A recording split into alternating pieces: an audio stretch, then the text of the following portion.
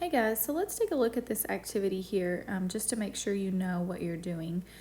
So we are looking at a DNA sample. I think this part is the most confusing part. And so when we read this, we are reading like this is our first base pair, second base pair, third base pair, all the way through whatever number this is. I'm just going to call it 20. I don't know. I have no idea how many are there, but I'm going to call it 20. Okay.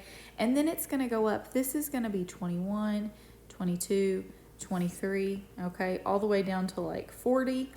And this will be 41. So this is just kind of a snaking. So then you'll read down to here and then come back up to the top. This would be 60, read down to the bottom, and then come back up to the top. So when you read this, you are going to apply the following restriction enzymes on it: BAM, H1, HIND3, and EcoR1. So you're just going to look for those cuts. So for the first one, CCTAGG, we are going to look for that.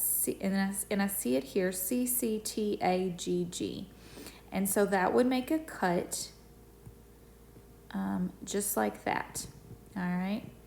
That would make a cut just like that. Now, you'll probably want to label that so you know which restriction enzyme it is.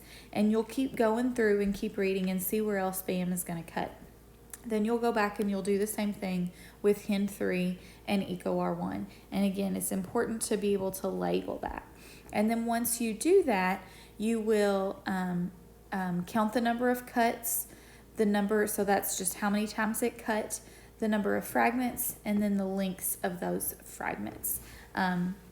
So, you know, each of these cuts is a cut that produces sticky ends. It's not those blunt cuts like we talked about. And they each recognize a different sequence. So this one is CCTAGG. This one's a little bit different, CTTAAG. And this one is different as well. So that's what I meant when I said those restriction enzymes all have specific spots that they cut at. All right. So you'll fill out the chart based on that information. When you count these, you only count one side of the number of bases to count the fragments. So I would count here, okay, however many bases that are. That's going to be the length of my fragment. And then if you have another one, you know, I don't know where another one's going to be. I'm just going to draw one in here. Let's say it's right here.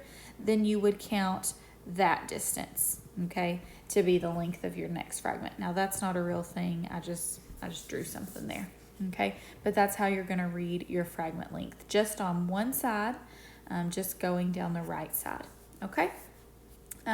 So then on the second page, you have to draw what your a gel electrophoresis would look like, similar to the way that you did in your restriction mapping problems yesterday.